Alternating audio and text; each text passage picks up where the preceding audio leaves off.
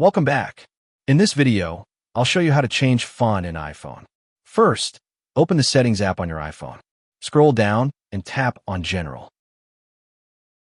Then choose Fonts. Then click on System Fonts. Here, you'll see a list of all the fonts already installed on your device. Then go back one step.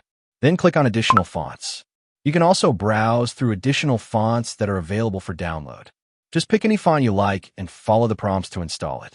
Now, since iPhones don't yet allow you to change the system-wide font directly, there's a useful workaround using accessibility features. Go back to the Settings main page. Then tap on Accessibility.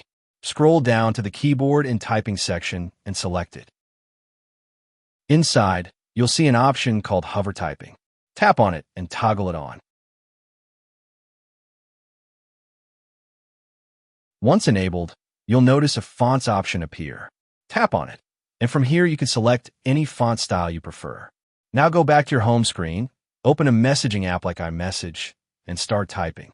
You'll see the font you selected appear in the hover text display above your keyboard. This lets you preview and use different fonts while typing. And that's how you change font in iPhone. If this video helped you, don't forget to like, share, and subscribe for more iPhone tips and tricks.